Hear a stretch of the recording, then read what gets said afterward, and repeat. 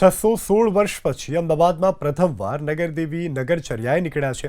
Mayor પ્રતિભા જૈને પહિંદ વિધિ કરી અને યાત્રાનું પ્રસ્થાન કરાવ્યું। 6.25 કિલોમીટર લાંબી નગરયાત્રામાં મોટી સંખ્યામાં માઈ ભક્તો ઉમટી પડ્યા છે। માઈ ભક્તોને પ્રસાદ પણ આપવામાં આવી રહ્યો છે। ઢોલ, નગારા, શરણાઈ, ધજા અને ખુલ્લી જીપ અને વાહનોની સાથે નગરયાત્રા હાલ આગળ વધી રહી છે। નગરયાત્રામાં અનેક અખાડાઓ પણ જોડાયા છે।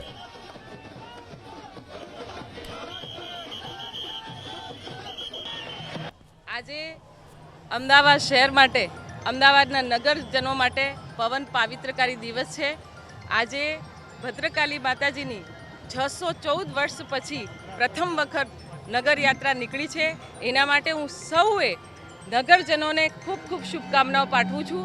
અને આજે અનેરો દિવસ કે ત્રિવેણી સંગમ થાય છે, જેમાં આજે અમદાવાદ શહેરનો સ્થાપના દિવસ, મહાશિવરાત્રિનો પાવન પર્વ અને એની સાથે ભદ્રકાળી માતાજીના જે દિવ્ય ભવ્ય ઐતિહાસિક જે નગરયાત્રા નીકળી છે, એમાં લાખોની સંખ્યામાં માઈ ભક્તો જોડાયા છે।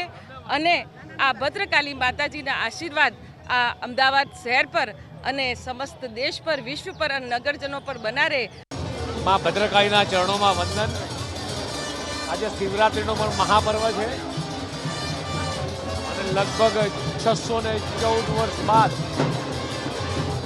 માતા ભદ્રકાળી અમદાવાદના આંગણે નગરજનોના દર્શન માટે જ્યારે નીકળ્યા છે, આપણા બધા જ માટે આ હર્ષ અને આનંદનો દિવસ છે। આજે અમદાવાદનો સ્થાપના દિવસ પણ છે અને માતા ભદ્રકાળી તમામ ગુજરાત ઉપર, સમગ્ર ભારત ઉપર સૌને આશીર્વાદ આપે તેવા તેમના ચરણોમાં પ્રાર્થના સાથે વંદન કરું છું। શિવરાત્રિના મહાપર્વમાં પણ આખા દેશમાં જ્યારે શિવરાત્રિ ઉજવાઈ રહી છે, ત્યારે ભગવાન શંકર પણ સમગ્ર વિશ્વ ઉપર પોતાના આશીર્વાદ આપે તેવી ભગવાનને પ્રાર્થના કરું છું। મહાકાળી માતાનું આ મંદિર ખૂબ પ્રાચીન મંદિર છે અને આ પ્રાચીન મંદિરમાં ગુજરાતના મુખ્યમંત્રી માન્ય નરેન્દ્રભાઈ મોદી જ્યારે હતા, ત્યારે દર વર્ષે નવા વર્ષે, બેસતા વર્ષના દિવસે મંદિરે દર્શન કરવા આવતા હતા, આશીર્વાદ લેતા હતા, સમગ્ર ગુજરાતની જનતાના સુખાકારી માટે પ્રાર્થના કરતા હતા। એ પરંપરાને આજે માન્ય ગુજરાતના મુખ્યમંત્રી માન્ય ભૂપેન્દ્રભાઈ પટેલે પણ શરૂ કરી છે અને આજના દિવસે સમગ્ર ગુજરાતના તમામ વાસીઓને, અમદાવાદના તમામ વાસીઓને માતા ભદ્રકાળીના આશીર્વાદ પડે તેવી શુભકામનાઓ। નગર દેવી માં ભદ્રકાળીની નગર યાત્રા નીકળી રહી છે, ત્યારે મંદિરના જે ટ્રસ્ટી લોકો છે તે પણ આ યાત્રામાં જોડાયા છે।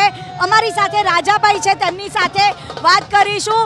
રાજાભાઈ, ખાસ કરીને માતાજી માટે ગરબો ખૂબ જ સુંદર લખ્યો છે, એમાં પણ આજે તો અમદાવાદનો સ્થાપના દિવસ છે, એ ગરબો શું છે? ઓ મારી માતા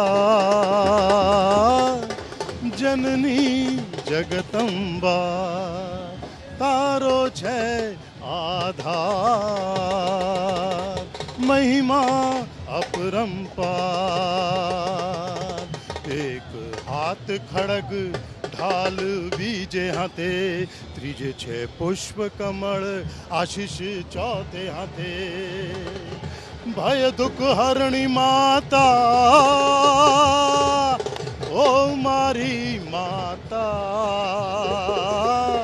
जननी जगदंबा। जय मां भद्रकाળી मात કી। જોઈ રહ્યા છો, તમામ લોકો ખૂબ જ ઉત્સાહ અને આસ્થા સાથે આ નગરદેવી માં ભદ્રકાળીના યાત્રામાં જોડાયા છે, કારણ કે માતાજીનો જે મહિમા છે તે અપરંપાર છે। કેમેરામેન પિયુષ દેવા સાથે રાજલ બારોટ, એબીપી અસ્મિતા, અમદાવાદ। દેવી માં ભદ્રકાળીની આ ઐતિહાસિક રથયાત્રા નીકળી રહી છે, ત્યારે ખાસ કરીને આપણી સાથે નીરજ બડગુજર આપણી સાથે જોડાયા છે, તેમની સાથે વાત કરીશું। સર, કઈ રીતનું આયોજન કરવામાં આવ્યા છે, કેટલા પોલીસ તૈનાત કરવામાં આવ્યા?